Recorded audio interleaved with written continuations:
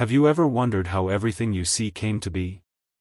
The sky, the stars, the animals, even you? Let me take you back to the very beginning, where there was nothing but darkness, until a voice shattered the silence and spoke life into existence.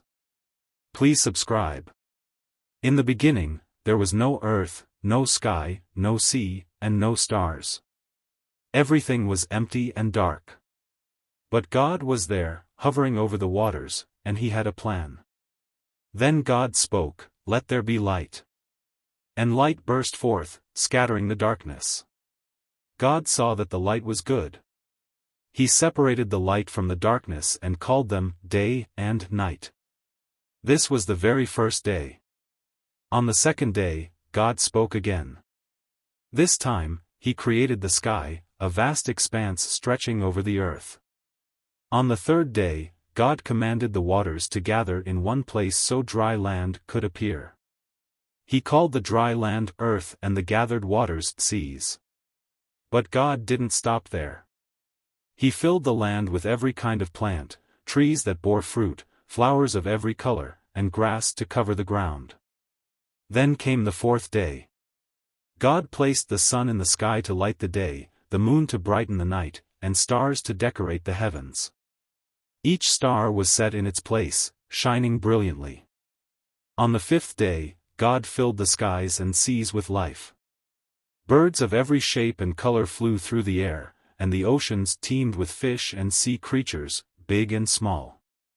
Finally, on the sixth day, God created animals to live on the land, lions, elephants, rabbits, and even tiny ants. Every creature had a place in his perfect creation. But God wasn't done yet. He saved his most special creation for last.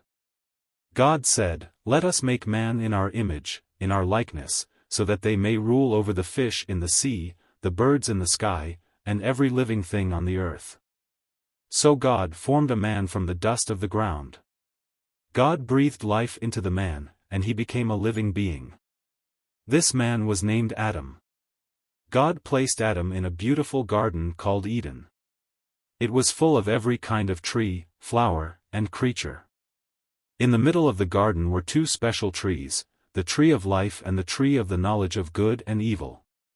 God gave Adam a simple rule: you are free to eat from any tree in the garden, but you must not eat from the tree of the knowledge of good and evil, for if you eat from it, you will surely die. Adam had everything he needed, but God saw that something was missing.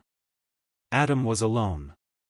So God said, "It is not good for man to be alone. I will make a helper suitable for him." God caused Adam to fall into a deep sleep. While Adam slept, God took one of his ribs and formed it into a woman. When Adam woke up and saw her, he was overjoyed. He said, "This is now bone of my bones and flesh of my flesh, she shall be called woman, for she was taken out of man."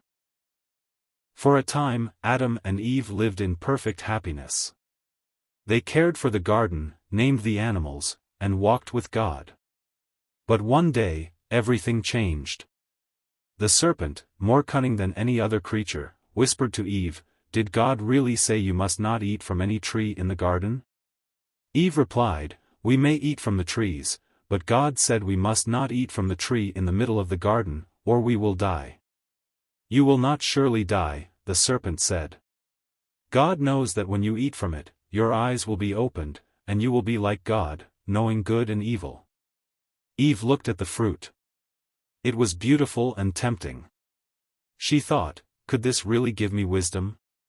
She took the fruit, ate it, and gave some to Adam, who also ate. Suddenly, their eyes were opened, and they realized they were naked. They sewed fig leaves together to cover themselves. Later, they heard God walking in the garden. Terrified, they hid among the trees. But God called out, "Where are you?" Adam said, "I was afraid because I was naked, so I hid." God asked, "Who told you that you were naked? Did you eat from the tree I commanded you not to eat from?" God was deeply saddened by their disobedience.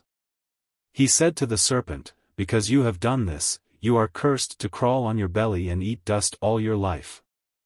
I will put hostility between you and the woman, and between your offspring and hers. He will crush your head, and you will strike his heel. To Eve, God said, I will greatly increase your pain in childbearing. Your desire will be for your husband, and he will rule over you. To Adam, he said, because you listened to your wife and ate from the tree, the ground is cursed because of you.